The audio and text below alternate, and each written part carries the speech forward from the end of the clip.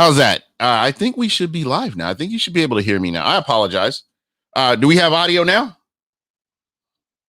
I think we should be good. I don't know why StreamYard does what they do, but yeah, let me know. Let me know if you can hear me or not. And we are waiting on the arrival of Evan Winter.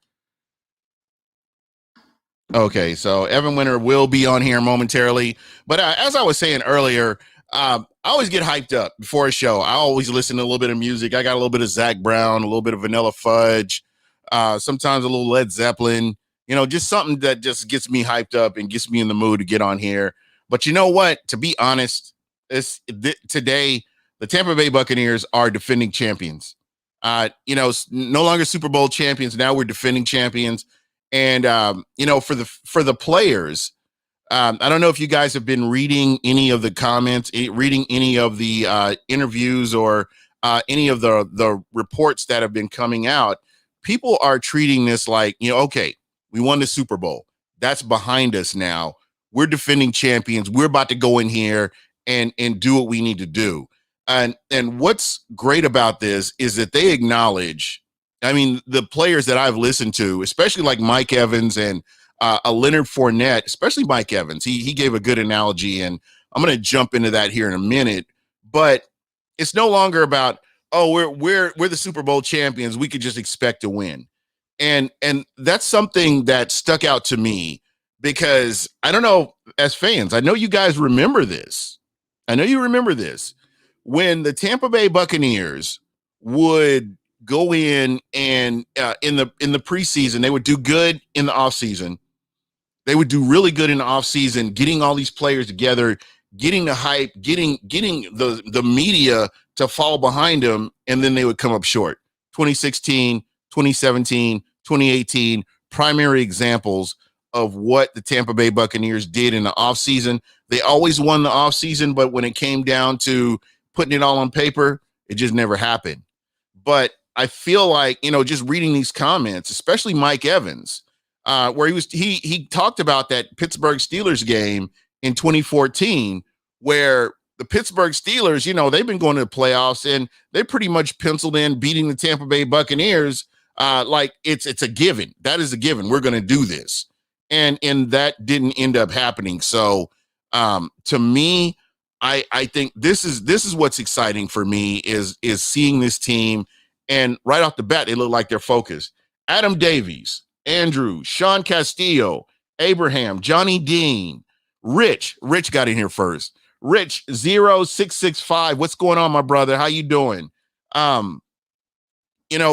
This team seems to be focused. This and again, it's and I try not to put everything on Tom Brady. I try to make it where, these players are aware of what they need to be doing. Because you have a former Super Bowl champion in JPP. He understands this. But just to hear all the players that, that are interviewed realize, okay, we got our rings. Bruce Arians, we got our rings. Let's put our rings away. We got work to do right now, and let's get to where we need to get to make all this happen. So I'm super excited about this. And, I can't tell you how long I've been waiting to get to this point where we can talk about, the Tampa Bay Buccaneers and what's expected. And, there was one thing that was kind of interesting to me. There's a player that I'm not quite sure about. Maybe you guys can help me understand this. Is Watson. I always call him Randy Watson, and it just sticks in my head. But Justin Watson, I know he's had an injury, and it looks like, it's going to be a little bit before he can recover. Do you guys see him making this team? Again, I want to put this out here too, because before we get Evan on here, I need to make this perfectly clear. The Buccaneers roster is fluid, and no matter what you see in front of you right now, this roster may be different by the time we get to the regular season, whether it's injury or whether it's some player steps up his game and his performance puts him in a position to steal a starting position. So I don't know. Let's see. Sean, get at you know what? Get at me. Give me your number. Get at me after the show, and we could talk about this, man. I would be excited to see you do something like that. I think that would be great. And Abraham, will Todd Bowles succeed as BA's head coach? I would love to see that. To be very honest, I don't see Byron Leftwich as a head coach. I would love. I don't think that Todd Bowles got enough time, and I didn't like his general manager, and I didn't like the ownership when he was with the Jets. I just think he was set up to fail. I think he was like in a place as a transition coach for them getting the coach that they really wanted. I really don't believe there was a lot of effort put into that when Todd Bowles was with the Jets. So I would love to see him get an opportunity. Having worked with Bruce Arians all these years, having worked with Byron Leftwich, just the many facets of this that have put him in a position. I think he would be the ideal candidate to be a head coach, especially for this Tampa Bay Buccaneers team. And I do want to welcome in Evan Winter, writer over here at Bucs Report. How you doing, my friend?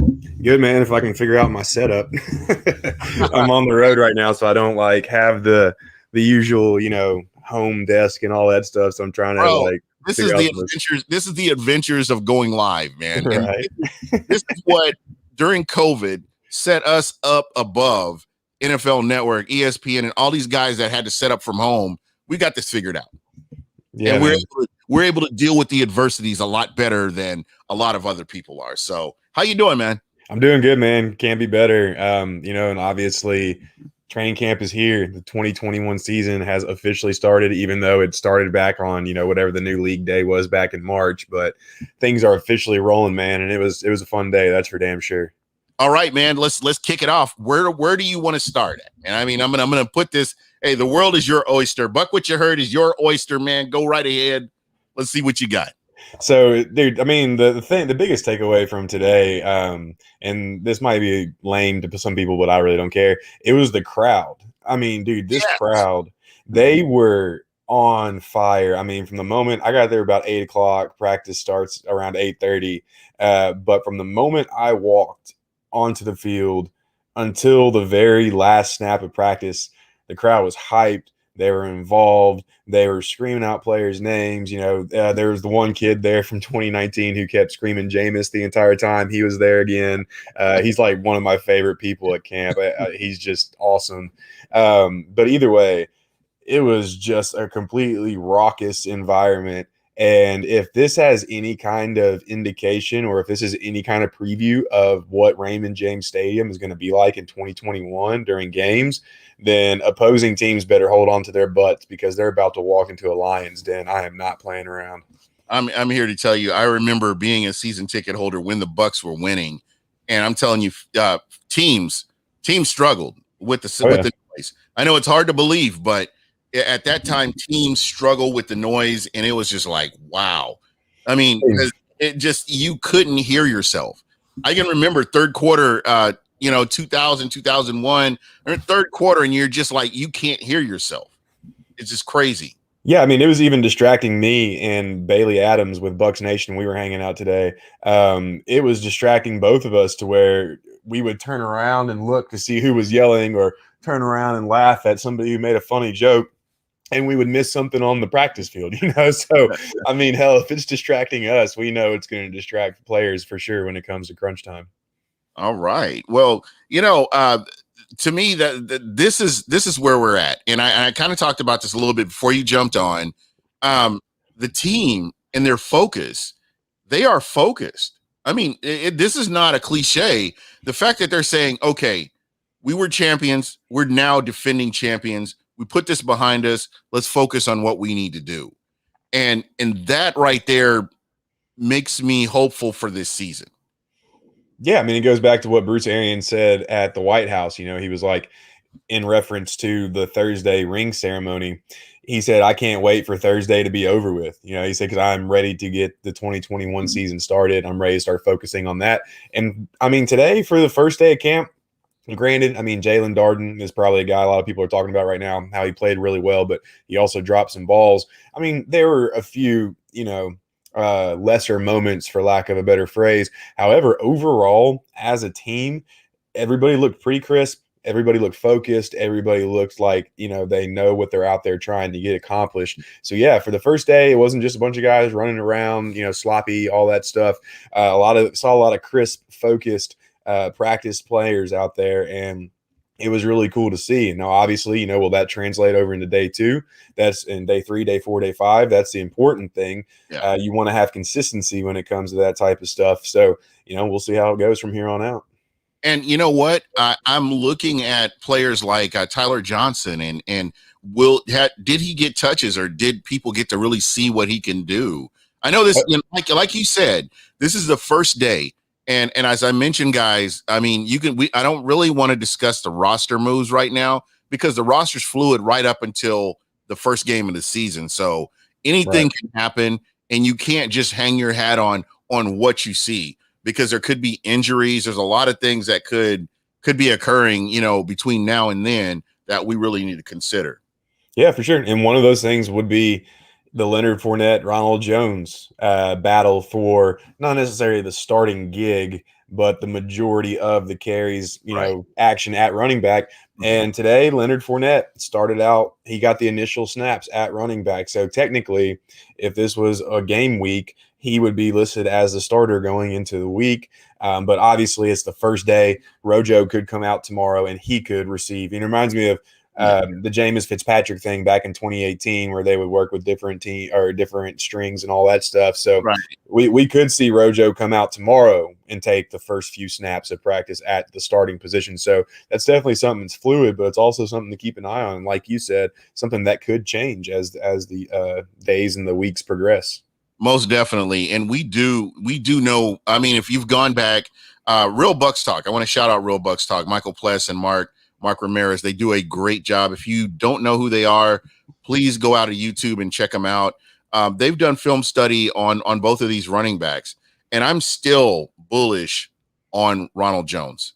Yeah. A lot of people may not be. I like him as a pure running back. I understand his hands and pass blocking are a liability at times, but when he's had the opportunity, when he's healthy, he has made the most of his opportunities, and I expect to see more of that this year. So to me, whether it's Ronald Jones or Leonard Fournette, they're both quality running backs on this Buccaneers football team, and they're both going to help this team win.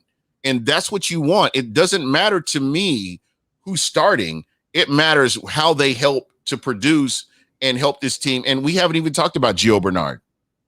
Yeah, and he looked good today too. I mean, all the running backs looked pretty good today. Even Troy Pope had a couple of catches. CJ Procise got in on the action.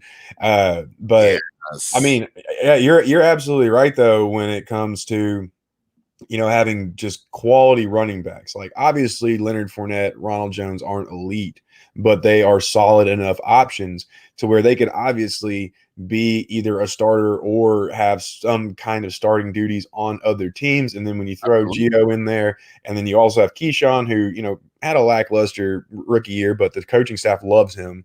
And guess what? He's the only running back who is guaranteed to be on the roster in 2022 right now. So, a lot to be said about him. But either way, whenever it comes to this Bucs running back room, God forbid any injuries happen, but they should be fine. And it's a pretty deep room. And like I said, it's not elite talent. It's not elite players, but it's solid enough and it's good enough to get you to where you want to go.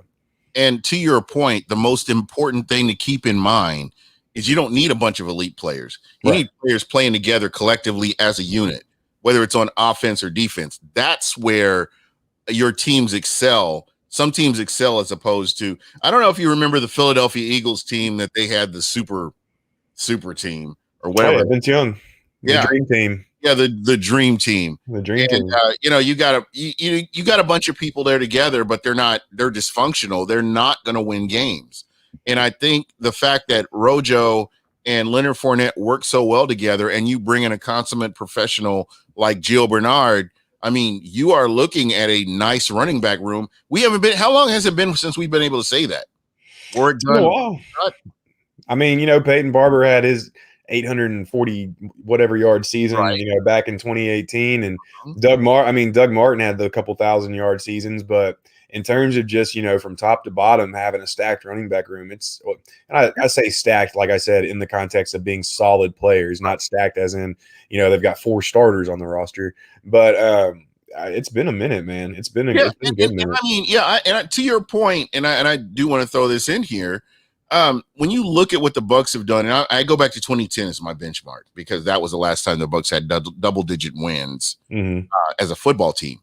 From there to here, I mean, you haven't, other than Doug Martin, LeGarrette Blount. You had LeGarrette Blount. There just hasn't been a whole lot to be excited about when it comes to the the Buccaneers running back room. But to have such from top to bottom a group of guys that can come in and make a huge difference. I mean, Gio Bernard replacing Shady McCoy, that right there, as far as production goes, should make fans just want to do backflips because you've upgraded. You've got a guy that has nice hands. You've got a guy that can block. I mean, there's just so much to be excited about bringing this young man in, or this man in here as a veteran to help the running back room. I am excited about this.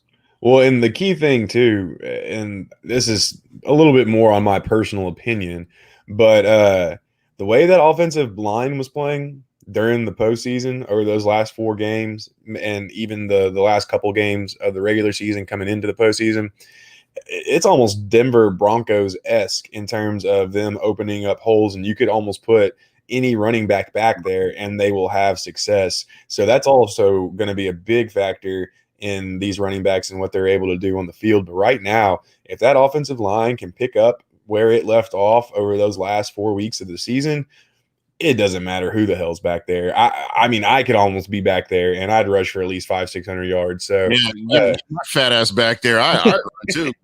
Hey, we'll put you on the goal line, man. Give me, a la John Riggins, give me a couple of beers and put me in there, man. I'm good. So, yeah, I mean, if the offensive line can go back to moving bodies like they were, and when I say moving bodies, literally moving bodies like they were during the postseason, then it's going to be nice. And as explosive as this offense is, as much as the passing game is the anchor and the staple of this offense, you want to have a good running game. You want to have a running game you can rely on because your quarterback is 44 years old. And I don't care if it's Tom Brady. 44 years old is old in football years. That's ancient. So the less you – and keep in mind, Brady, I think if I'm remembering correctly, was hit more than any other quarterback last year in the NFL. He led the league in quarterback hits. If I'm remembering that correctly, he was at least top 3. I know that much. So you don't want him getting hit. The less chances you have of him getting hit, the better off you are. So it's going to be important for them to have a successful running game this year. Absolutely. And, we've always talked about it year in, year out. Keep your quarterback upright, protect him, keep him clean. I think that's going to be even more important this year as Tom Brady's a year older than he was last year. Yeah, for sure. Johnny Dean was asking about Hainsey and how he looked at center today.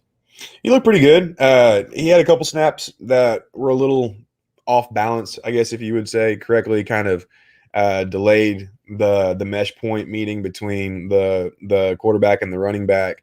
But overall, I mean, he looked pretty good. Obviously, just day one, and that's something I'm definitely going to keep an eye on because Bruce Arians repeatedly mentioned how Hainsey can play all 5 positions throughout the offseason. And right now, obviously, they had him at center during OTAs and minicamps. Well, I want to see if they're going to move him around the line during training camp. If not, if he stays at center, then we know that that is what the plan is going to be for him. And, whether or not that means he's going to take over for Ryan Jensen later on down the road, we can have that conversation another day. Right. But it's going to be really, really important to see if he stays at center, which I think he's going to. I think he is being groomed to be the backup. You kind of need that because with Ryan Jensen, I mean, as players progress, I love what Jason Light is doing. And I can't sing his praises enough because we've never, as Bucs fans and longtime Bucs fans, never had a time where you could look top to bottom and the majority of your team is filled with depth pieces. Yeah. Never had that. Never. So for us to be able to talk about these different players that are coming in, they're plugging them in, they're grooming them to take over for another player. It sounds to me like they have a real plan in place, for not just this season, but for seasons to come. And Yeah. that to me is exciting because when Tom Brady came to Tampa, my biggest argument was, what are we doing 2 years down the road? I don't want to be back to where we were 2012. I don't want the Bucs to be back where they were 2011. I don't want the Bucs to be back where they were 2013. I don't want to see that. I want to see this team continually being competitive, continually vying for Super Bowls, so on and so on. And that to me, what's going on right now just really gives me hope that they're really working on doing that and keeping this team in contention for years to come. Yeah, and that seems to be what they're doing as well. Obviously Alex Kappa is another guy on the offensive line whose future is in question after this year. And the fact that they brought back Aaron Stinney to see how he goes and how he plays if he does get on the field this year, either way, it is nice to know that there are options once Brady leaves. And the cool thing about Brady being here is you can still build the team for the future. Obviously, Right. you're going to have to replace quarterback eventually. Hopefully, Trask can come and do that. But you have the quarterback position solidified. So you're not going to be making too many drastic moves in order to get a quarterback. And you can use that energy and that focus on the other areas of the team. And yeah, man, I mean, it's exciting. And I totally get what you're saying because that's, again, I hate to go back to the past, but people have that PTSD and they're like, oh man, you remember what the Bucs did here, here, and here. I believe that, we've got the blueprint to keep this team successful, and you sprinkle in some veterans who have Super Bowl presence. And, I'm looking forward to the future. I think it's going to be great. Nestor Cervantes had a question about the Titans defense. And He's asking the right person. yeah, So, I yeah. mean, is that Samur Ali disguised as Nestor? No, I'm kidding. No, Nestor's a longtime listener. He does Yeah. the show, so no, this is Nestor. Yeah. I had to throw that out there because Samur always gives me crap about the Titans. But no, I mean, they can't be any worse than they were last year. That's the thing with the Titans. There's only room to go but up. I actually had dinner with Mike Vrabel Thursday night before I came down here, and we talked a lot about that. And he feels really good about the additions they made. They brought in Bud Dupree. Yeah, that Yeah, was now he is coming off that torn ACL, but he should be ready around the season starts. Maybe it'll be a couple weeks. They ease him in. Regardless, there's one guy too that they added that's flown under a lot of people's radar, and that's Danico Autry. He is gonna be a terror next to Jeffrey Simmons, the perfect type of guy you want next to that type of player. And Mike Vrabel loves him. Mike Vrabel is ecstatic, and Autry is coming in with a chip on his shoulder because he feels disrespected that the Colts did not offer him the money that he wanted to stick around. And then you got Christian Fulton, the LSU cornerback from last year, coming off. Oh man, he was high on my draft board. Yeah, and he was hurt a lot last year. He just couldn't go. So you gotta think that he's gonna at least step up and improve this year. You've got Caleb Farley, as long as their first round draft pick, as long as he shows that he can stay healthy, he should be able to help lock down that corner spot. And then the linebackers, they brought back Jayon Brown. You got Rashawn Evans, who's had his struggles.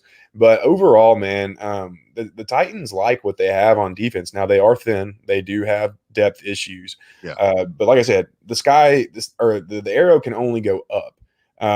But Nestor's absolutely right. I saw his other comment. They are Super Bowl contenders, and if they can get that defense, it reminds me so much of the Bucs from 2018 and 2019. If they can get that defense just mid-pack, or even 18th, 19th, something like that, then that offense should be good enough to win them a lot of games. I love the acquisition of Bud Dupree. He's a guy that I've always liked his game since he's been in the NFL. And I think the Steelers missed out not keeping him there. And I don't know what their cap issues were or whatever, but I would have found a way to try to keep him. I believe he's going to be as far as leadership goes, I believe he's a guy that's going to be able to come in and really help that locker room a lot, just with what he can do. And we haven't even talked about, Julio Jones and that offense. But I believe that this team right here is going to make some noise, and they're gonna upset some picks that when it comes to the postseason. I think they're going to be right there in the thick of it. I think they were missing some things, and I think you're seeing them uh, going in and fixing a lot of the deficiencies that they may have had in the past. Well, and just one more comment, then we can jump back onto the Bucs. 'Cause I know it's what everybody wants to talk about. But the most ironic part about the Titans season last year is the defense was so bad and they had no pass rush. I think they had 13 or 18 sacks on the year, just something just miserable, some kind of miserable stat like that. But they held the Ravens to like 20 points and sacked Lamar Jackson 5 times in the playoff game.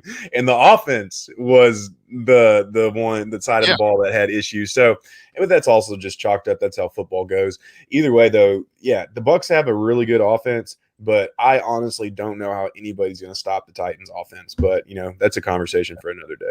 yep, absolutely. Bucks Time 12 was asking, how did Brady look, and did any wide receivers stand out? Oh yeah, Again, this is the first day. What we need to be looking for is on the back end of camp.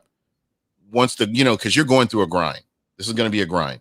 Everybody, you'll have people that pop right now, but as you get going and the heat of Tampa wears on you, and just the grind of everything, those guys have to show up when we get to preseason. That's where you really see, the guys really make the run for a position on this team.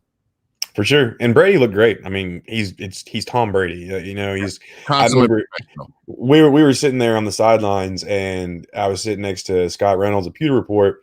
And at one point, I literally looked over at him and I just said, "Dude, every single pass Brady has done, they were throwing outs on the sideline. I was like, every single pass he's thrown, the ball has been in the exact same spot every time. I mean, it was so cool to watch. But in terms of wide receiver skill players standing out, Jalen Darden, even though he did drop some passes and Bruce Arians, did not like that, he looked really good today. Scotty Miller made some nice grabs. Chris Godwin, him and Brady had this beautiful connection where Brady barely floated it over Levante David, and Chris Godwin caught it and brought it down. Just perfect concentration. And then Jaden Mickens had a couple of really good grabs. Josh Pearson had a nice grab where he bobbled it immediately and then corralled it back in. So, yeah, man, you saw guys out there making plays today. The tight ends looked really good too. Jarrell Adams is one guy who really impressed me. He made some really good catches, and even at one time made a really nice move over the middle for extra yardage. So there were a lot of players that stood out today. Overall, it was for the first day of training camp. It was a really good day, a fun day, and an action-packed day. So usually, the first days are kind of but there is a lot of stuff to talk about, and you can tell that this team is focused and ready. They're not just coming into training camp acting like it's any other training camp. They're coming into training camp as the defending world champion Tampa Bay Buccaneers. And they're acting like underdogs. Yep, and you can see it. You can see it in how they practice too. But like the coolest moment of today had to have been when Mike Evans jumped over the training camp barrier between the fans and the field and literally went into the crowd and like was giving everybody a big group hug. It happened right in front of me and Bailey Adams with Bucs Nation. He caught this out and then starts running towards us. And the whole time I'm just like, don't trip over me. I don't want to be that guy that hurts Mike Evans. Don't. And then he kind of ran behind us and then literally hopped over the barrier and is like, I mean, his wingspan is just gigantic. Just went and like hugged like 8 people at once. And it was so cool. There's a reason. There's a reason why so many people love him around here, and you can totally see it. Yeah, he's the greatest Buccaneer wide receiver of all times. Easily. Say that I'll debate anybody on that, and I think he's a future Hall of Famer. I love Mike Evans. Sure. I mean, those are the jerseys. Any jersey that I've bought this year has been Mike Evans, whether it's the Super Bowl jersey or whatever. I've bought Mike Evans jerseys. It's definitely next on my list for sure. Yeah, the pewter jerseys is a Mike Evans. So, I'm loving it. Another question. Abraham was asking, what about undrafted free agent Elijah Ponder at defensive line? What are your thoughts? So I didn't see much of the defensive line today, and if I'm remembering correctly, isn't Ponder the guy out of Cincinnati? Hold on. Let me. So. Was that? I think so. I'm looking right now. Yeah, if he is, based off of his his body type, he's the guy out of Cincinnati. Based off of his body type, I think he's like 6'2", 285, something like that. That would work as a And defensive three end. four. He's a 3-4 guy. Right. He would, yeah. To me, it seems like he should be a stand-up edge rusher. Now, are the Bucs going to put him there? That obviously depends. That's going to be worked out as camp goes on. And where I was in the initial meat of things was not where he was. I didn't get to see much defensive line. I didn't get to see much edge rushers in their positional drills today. But I'm definitely going to make a point to get there tomorrow. But I would like to see them try to stand him up. But obviously, Cam Gill, Quentin Bell, they really like them a lot. So they feel like, and then with Tryon and Nelson as well, they feel like they've got a good edge rushers or a good group of edge rushers. But Ponder's going to be intriguing. So I'll definitely try to, catch him tomorrow. I do have a question for you with Arians and this plethora. That's my SAT word for the day. This plethora of coaches that they have, these different, you have different setups for, giving everybody a chance to have visibility.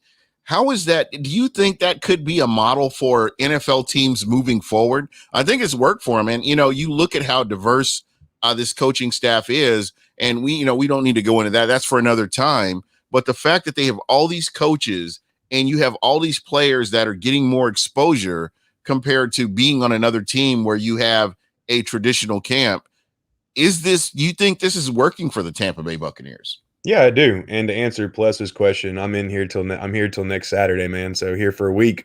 But either way, yeah. Actually, I was talking about that with Bailey today. I think this practice field 1, practice field 2 type, what's the word I'm looking here? Structure that they have is very efficient. And they've got a guy way up high recording everything. So they're not going to miss a beat. They have everything on film. They're able to analyze and study and see who's improving, with a very accurate lens. Right. I think it's working out great. And obviously, year 2, Super Bowl win. I mean, it's because definitely helping. the NFL is a copycat league, and people. I'm hoping that organizations see this and they're like, you know what, we probably need to change what we're doing and kind of do like what Tampa's doing. I mean, like Tampa 2, and pretty soon Tampa 2 is implemented, everybody's using it. Right. But when you talk about the coaching, I think that was what was very unique to me, and I love that Bruce Arians has brought this in.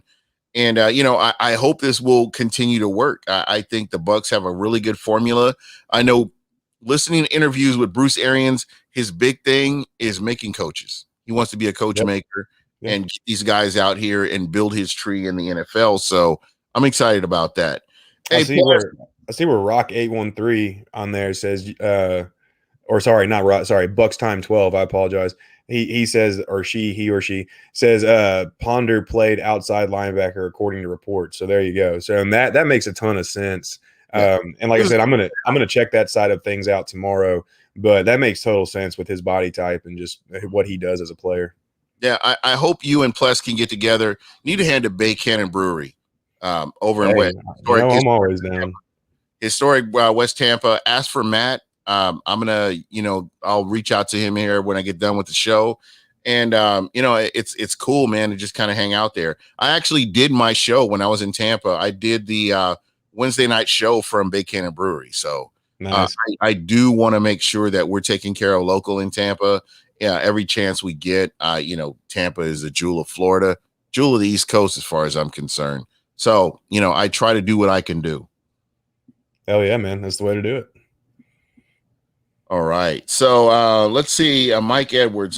Johnny Dean said, did they put Mike Edwards into the vacant safety role today? Yeah, he was out there. I saw him a couple times. Like I said, I saw him mostly offense today, but I definitely did notice Mike out there. And then Javon Hagan actually had a really good play today as well. I actually confused him for Mike Evans because for some reason, I think Mike Edwards wore 34 in college. So I saw the 34, but obviously he's 32. So, but no, I mean, the best play of the day, probably out of the secondary that I saw though, was definitely Sean Murphy-Bunning's pass deflection during 7-on-7s. Brady tried to throw it across the middle, and I mean, dude, SMB wasn't even having it. He immediately knocked it up in the air. Carlton Davis was just about a foot too far underneath the ball. He tried to reach back and intercept it, but couldn't get both hands on it and couldn't bring it down. But hey, man, like I said, I didn't get to watch much of the defense, but that one play from SMB kind of, shows that he's still on that trajectory that we saw during the postseason. So that was really cool. And JPP had a pass deflection. JPP, the best coverage defensive end or outside linebacker in the NFL, baby. I don't want to hear anything else. Still doing it. And if you're a New Orleans Slants fan, be sure to pay attention to what the Buccaneers are doing out there, because we shutting that down. Just so you know, FYI. So let's see. We talked about that. Question for you both. Do you think anyone is going to try to run on us this season? I mean, it's something you have to have in you. The running game is something you have to have in your game plan, regardless of how dominant the team that you have running the ball against is. So you kind of have to have it to some extent. But again, if everybody's healthy on that defensive line, I don't see any run defense weaknesses on this Buccaneers defense, period. So, but I will say that we'll have to do it just to do it. But ultimately, at the end of the day, I just don't see a team really running. I mean, a couple of years ago, when you stopped Derrick Henry you hold him to 75 yards rushing, and he's the pinnacle of what you're talking about with the running back situation. I just don't see anybody. And I think the biggest test this year, and I could be wrong here, will be Ezekiel Elliott game 1 against the Dallas Cowboys, but I think the Bucs will be able to handle that situation. Yeah, I mean, you got to try to run on teams. I mean, that's just football. Even if you're just going to get stuffed, you've still got to run the ball. You can't throw 50 times and run the ball 10 times. That's just not how you get things done. Right. So teams are definitely going to try to run the ball, but based off of what we've seen the last 2 years, there's no reason to think this run defense is going to slow down, even if Vita Vea is not in the lineup, because the run defense was still great, even whenever he was out. And that's a point that we really don't talk about is how the Buccaneers defense handled the situation with Vita Vea being out. Once he got back in, they were on another level. Yeah, for sure. And I think Vita is that bridge between a great defense and an elite defense for the Bucs. Now, granted, if you go back and look at Football Outsiders numbers, their DVOA metric, which is an excellent metric, and it also factors in the quality of opponents played. That's the key part. But the defense actually improved when Vea went out for those 11 games over the regular season, if you go back and do their average DVOA. So it's just Todd Bowles, man. I think they were forced to focus on what their strengths were, right, a little bit more, and each player had to contribute in a different way to really strengthen that defense. But once Vita Vea came back, all these players have been playing and improving with his absence, and now they're able to come in and contribute. Right. It was just a totally different defensive line than what we've seen. I mean, I would say defense in general. I mean, you would have to go back to 2002, when you're talking about, defenses. I mean, when you've got Ndamukong Suh, you've got JPP. And, I think Shaq Barrett benefited the most with Vita Vea coming back. So, for sure. Again, all that collective unit right there. And Joe Tryon, we haven't even talked about Joe Tryon. I mean, there are so many studs on this team. We haven't even talked about your draft pick here. And here's a guy I cannot wait to see what he contributes to this Buccaneers team. He did have a good play. I did catch one good play from him today. It was the Bucs were running the ball, and there were a few people in my field of vision, so I couldn't see exactly what happened. But he got skinny, turned those pads sideways, or those shoulders sideways because they're not wearing pads, and just slid right in between. I want to say Wirfs and Kappa. It could have been Kappa and Jensen, either way, and got into the backfield. And one of his things at Washington was he made plays behind the line of scrimmage. He got into the backfield. If it was live action, if this was a game, he would have planted the running back. So he looked really good in that regard. I see, plus right there, Sue is underappreciated. Yeah, trust me, I agree. I actually put him on the 5 indispensable Bucs on defense ahead of Vita Vea, and I caught some heat for it. But here's my main thing. Like I said, if you go by the numbers off Football Outsiders, the defense got better with Vea out. We don't know what this defense looks like without Ndamukong Suh. We know that it was just as good, if not a little bit better, with Vea off the field. So, in my opinion, you can't say somebody, I mean, yes, you can say he's important in the grand scheme of things, but in terms of picking out most important players, it's hard for me to say he's more important than Suh if the defense still played well without him, so either way, but that's another conversation. And I want to ask this question here then. I mean, because we're talking about Ndamukong Suh, just what he's done. I think that the run defense got better when when he came in. Oh, 100%. Yeah, for sure. And because, he's not a guy that, and Plus mentions this all the time. Here's a guy that's not shooting the gap.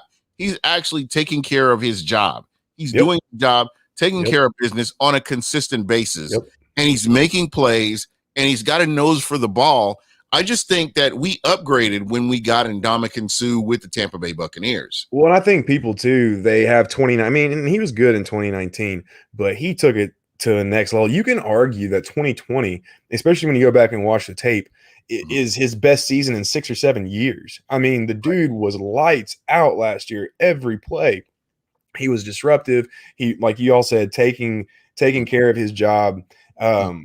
It's so hard just to not get giddy when you think about this defense. And then going back to what we were saying, about the run defense, the Football Outsiders Almanac had said that there's only been one team, or the last team to finish with a minus 10% in total defense was run defense was Todd Bowles' Jets teams from 15 to 17. So will the Bucs be the first team since that time to repeat? And that goes back to the scheme and how well, it is game planned on a weekly basis to stop the run. Okay. I like that. Here's a real interesting question. I'm going to get back to you guys' questions in just a moment. Again, if you just joined us, we are on with Evan Winter, the lead writer for Bucs Report. Real good friend of mine, friend of the show. Glad to have you on. What would you say could potentially be a Bucs weakness? It's a good question. So the first thing that comes to mind is the kick return game, the punt return game mainly, because Jaden Mickens individually had a good season last year as a kick returner, 24.3 yards per kick return. That's almost 25 yards a kick. Obviously, if you're really good at math and can figure that out. but per Pro Football Focus, he was 8th. He had the 8th highest yards per return average amongst players with a certain amount of attempts. But as a whole, as a unit, the team needs to improve. And if they can get the special teams underway, if they can get the special teams nailed down, then this team is going to be absolutely complete. The next weakness, I would say, and this is going to sound kind of crazy, especially after the postseason, but it'd be the secondary. The secondary even last year at times had some issues out there in terms of stopping opponents. They obviously dialed in as the season went on, but can they, can they show that growth? Can they show that is a consistent factor that they now have to be dealt with? And then I'd go running backs third, because there's still a lot to be played out in the running back group. But at the end of the day, when you're talking about weaknesses on this team, they're minor. It's nothing like we've seen in years past where you have holes all over the roster. Right.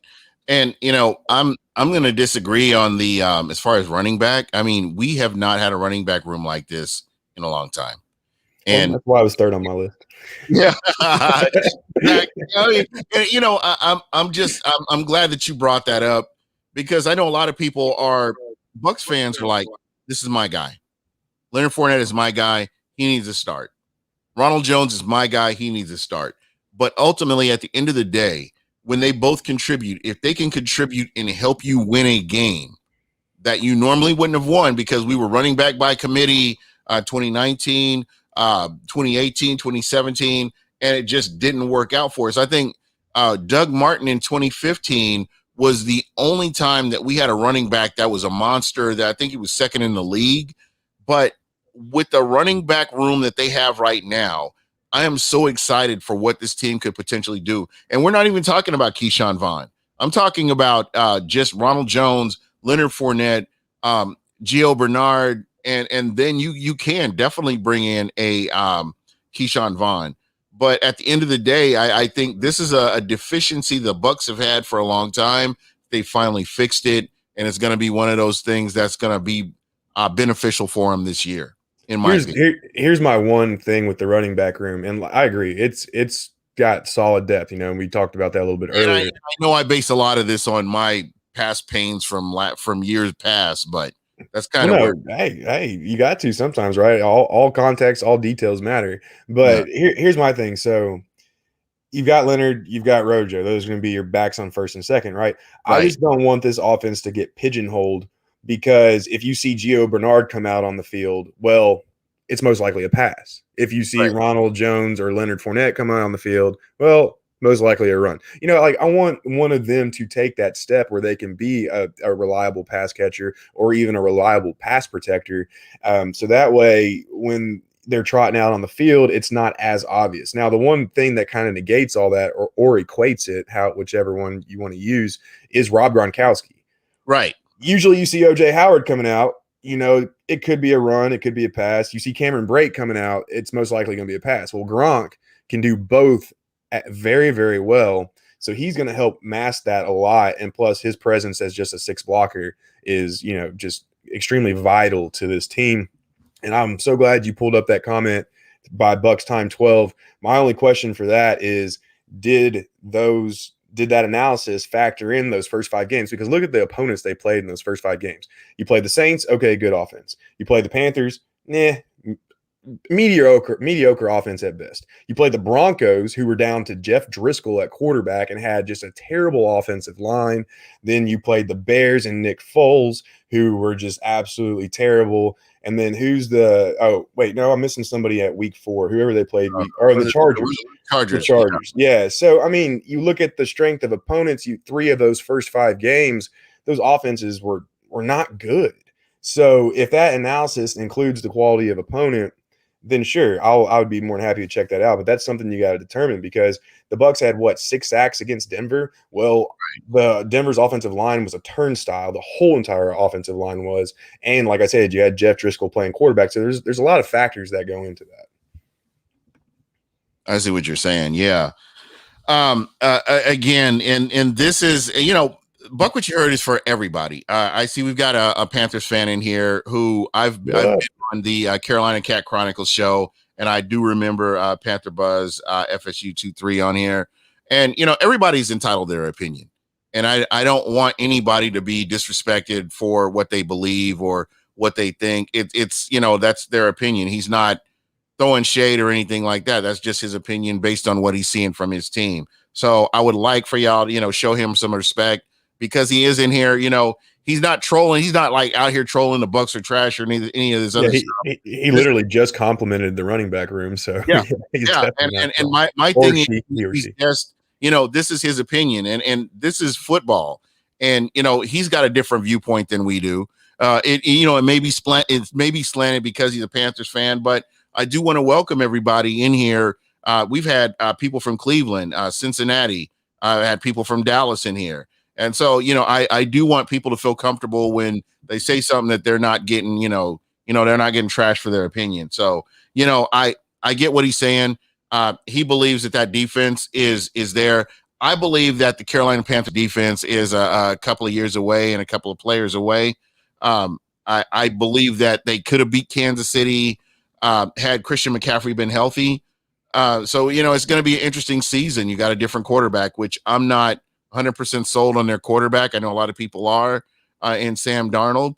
But, this is what it's all about, man. Just being able to come in here and say what you say, as long as you're not disrespectful, and, you know, just get your point out there. So thank you so much for checking out the show. I appreciate that. I like what Johnny says about the tight end position, because there are questions.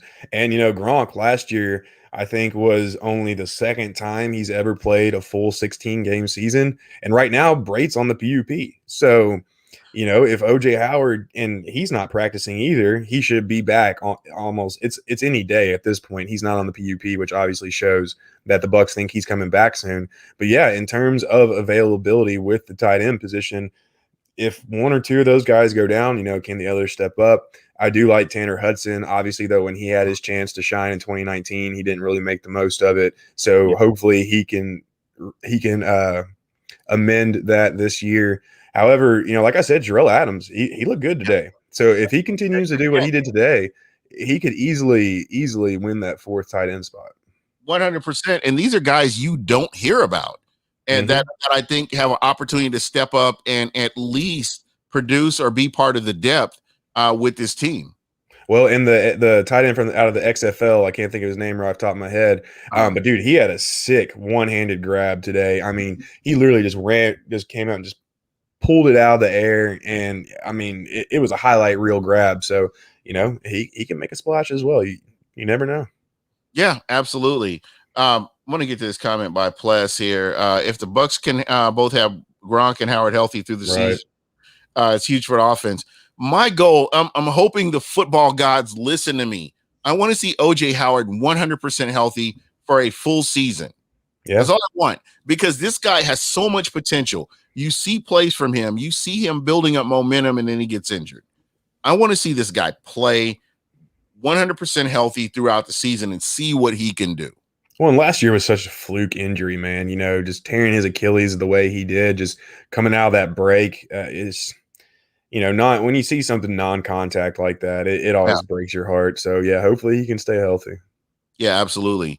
Signing free agent Corey Leggett from Clemson. Why does that name sound familiar? I think you're thinking Jordan Leggett. That was the one who was on the team last year. Yeah, at first I saw that, I was like, wait, he's back on the team, but then exactly. I saw Corey. I was like, wait a minute, that sounds familiar. One of the players I did want to talk to you about, as far as the safety or the secondary room, is Curtis Riley. And there's another player, Raven Green. I don't know how familiar you are with him. I need to go back and do my research, do my homework, because I'm not real familiar with them. But it looks like these are guys, and I don't know if they're like depth pieces right now, because we are entering into the dog days of camp here pretty soon. So Curtis Riley's not on the team. They actually waived him a few days ago. Yeah, okay. They waived him. He can't remember what the injury was, but it was whenever I can't remember the exact move right off the top of my head, so I'm not going to put false information out there. But yeah, he's not on the team. But Raven Green, he was actually the only player who didn't report today. Arian said it was some personal stuff, but I like him. He played for the Packers. He played for the Ravens. He's big on special teams for both those teams. And I think he even had 41 tackles last year in the regular season. So he's got starting experience. Is he going to be a Darian Stewart type, where you think you're signing a veteran and doesn't really come in? Darian Stewart was a disappointment that year. Yeah. But at the same time, the Bucs needed a body. Is he going to beat out Javon Hagan? I don't know. Hagan has a year's worth of experience in this defense, but at the same time, he hasn't really had much tape or much of an opportunity to put tape out there. And there's a lot of tape on Raven Green. If Green can come in, now obviously not being there today kind of hurts him. It's just the first day. It's not like he's missing the first 2 weeks or something. But there's definitely a realistic shot he could win that fourth safety spot. Yeah, absolutely. Well, Evan, I want to thank you so much, man. You've been a wealth of information. Would you be available on Wednesday? Hell yeah, man. Let's do Wednesday. Me, you, and KB, old friend, talking Bucs, and just get an update, because again, this is the first day. All the juices are flowing. People are hyped up, and as things start to grind, I'm really curious to see. I know where we saw right now. We got some big plays, but where this team is midway through camp, as we get closer to the regular season, I'll be really curious to see what the Bucs look like at that point. Yeah, man, should be fun. All right. Well, guys, I want to thank everybody in the chat. Longtime listeners, Michael Pless, Rock 813, Johnny Dean, Panther Buzz, FSU 23, just everybody that's been in the chat. Sean Castillo. Sean, hit me up, man. We'll talk, because I definitely want to try to help you get a podcast going if that's what you're trying to do. But Evan, let me get your final thoughts, and we're going to roll out of here, man. Final thoughts. Good first day. Obviously, there's always room for improvement, but can't wait to see how everything carries over tomorrow. And then, yeah, by the time we talk Wednesday, the heat's going to have worn on some of these guys. So who's in shape, who's pushing, and then obviously who have the Bucs moved around in terms of the positions that they're playing. Going to be fun. So can't wait. All right. Everybody, if you get a chance, get out to smackapparel.com, beat down in the Bay. These shirts are still available. Better jump on them before some Chiefs fan gets in their feelings and complains about it. And then these shirts aren't available. So just put that out there. Got to jump on it. Get them. I'm going to get me another one. I want a hoodie, actually. I think hoodie. Nice. You know what? I'm actually kind of surprised. I didn't wear sunblock today. I'm surprised I'm not as red as this wall behind me. I might be there. I might be at that point. Standing up really good though. I know, getting that base burn in. You know what I'm saying? Making the gingers out there proud. All right. Well, guys, thank you so much. I just wanted to get out here. First day of camp. I was excited. I was hyped. And what better person to talk to than Evan Winter, who's been doing this for years and he knows the routine. So be sure to check us out on Wednesday. We will have Evan Winter back on with myself and KB, and we'll be breaking down camp again, man. And I think it's going to be fun. So please check us out. As a matter of fact, you know what? JT is asking for the link real quick. Let me get the link to this. Yeah. Everybody needs that shirt. Heck yeah, I mean, I double checked on the Curtis Riley stuff just to make sure I was telling you the right thing. And they did waive him. They waived him whenever they placed John Franklin and Chris Wilcox on the PUP list. So, and that was on Thursday. So what do you think? And just, while I'm pulling this information up here, what are you thinking about? Who is the cornerback that they brought in? Antonio Hamilton. No, was it? I thought you were going with the COVID thing. That's where I thought you were going. Ross Cockrell. Oh, Cockrell was actually at safety today. He played some safety. Yeah, and Bruce Arians talked a little bit about it after camp, saying he's a super smart player. He can play the safety position, and that makes sense because the dude doesn't have really good speed at the end of the day. He's more of a physical cornerback. But if he can prove as a viable option at safety, it could help the Bucs save a roster spot. And here's something else I forgot to allude to earlier when talking about the kick returner position. The trick with Jaden is he returned both kicks and punts last year, right? As well as Kenyon Barner until Barner got hurt. Right. If the Bucs can't find their guy, or if something happens with Mickens in his off-field issues, they might have to burn a roster spot. They might have to have a guy who returns punts hold on, let me take a step back. They might have to have a guy who returns kicks and a guy who returns punts, which would obviously burn a valuable roster spot. So that's actually a really important battle for this team in terms of just how the team is going to comprise itself at the end of the day. Most definitely. Yeah. Again, guys, check us out on Wednesday. We'll be following back up to see where the Bucs are and any injuries or any new news that's coming up. Be sure to check that out. But I'll let you guys get back to your weekend. Thank you so much for Buck What You Heard.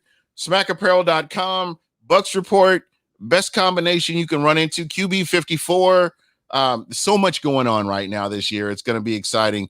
And we're out of here. I really appreciate you guys.